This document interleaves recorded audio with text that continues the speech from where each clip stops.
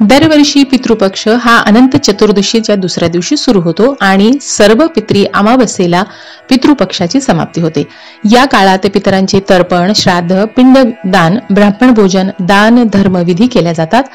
या 15 दिवसाच्या कालावधीला म्हणजे पौर्णिमापासून सर्व पितरी अमावस्यापर्यंतच्या 15 दिवसाच्या कालावधीलाच पितृपंधरवाडा किंवा पितृपक्ष म्हणतात।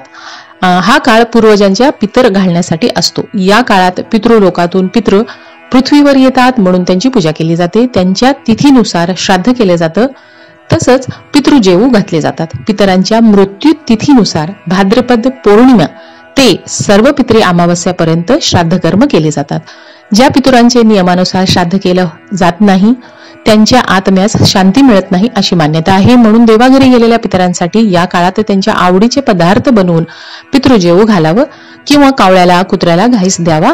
या प्रकारे वर्षातून एक दिवस त्यांची आठवण म्हणून पितृपक्षात पितृजेवण अन्नदान करावे। तर यंदा 2025 मध्ये पितृपक्षाची सुरुवात येत्या रविवारी 7 सप्टेंबर रोजी होणार आहे आणि 15 दिवसांनी 21 सप्टेंबर रविवार या रोजी सर्व पितरी अमावस्याला पितृपक्षाची समाप्ती होणार आहे।